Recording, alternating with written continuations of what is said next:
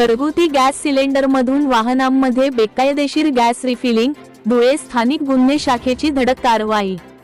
धुळे दिनांक 5 फेब्रुवारी 2026 धुळे शहरात घरगुती गॅस सिलेंडरमधून वाहनांमध्ये इंधन म्हणून बेकायदेशीररित्या गॅस रिफिलिंग करणाऱ्यावर स्थानिक गुन्हे शाखा धुळे यांनी छापा टाकून कारवाई केली आहे।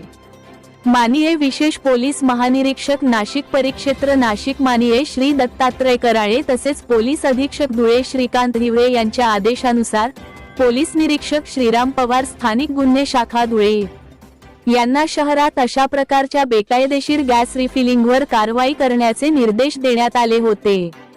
त्या अनुषंगाने दिनांक 5 फेब्रुवारी 2026 रोजी स्थानिक गुन्हे शाखेच्या पथकाने धुळे शहरातील 100 फुटी रोडवरील महिलांच्या सार्वजनिक शौचालयाच्या बाजूला असलेल्या पत्र्याच्या शेडमध्ये छापा टाकला। या कारवाई दरम्यान आरोपी अल्तमश शाह सईद शाह वय 24 वर्षे राहणार 80 फुटी रोड भोला बाजार धुळे यास घरगुती गॅस सिलेंडरमधून वाहनांमध्ये बेकायदेशीररित्या गॅस रिफिलिंग करताना रंगेहात पकडण्यात आले।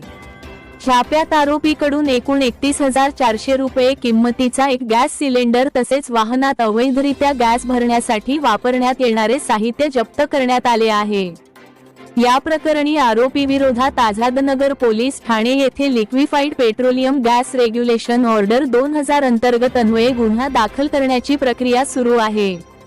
ही कारवाई पोलीस अधीक्षक श्रीकांत हिवरे व अपर पोलीस अधीक्षक अजय देवरे यांच्या मार्गदर्शनाखाली पोलीस निरीक्षक श्रीराम पवार, सहाय्यक पोलीस निरीक्षक नामदेव सहारे, पोलीस उपनिरीक्षक चेतन मुंढे तसेच पोलीस अंमलदार सतीश जाधव, प्रकाश सोनार, देवेंद्र ठाकूर, पवन गवळी, राहुल सानप व धर्मेंद्र मोहिते यांच्या पथकाने यशस्वीपणे पार पाडली।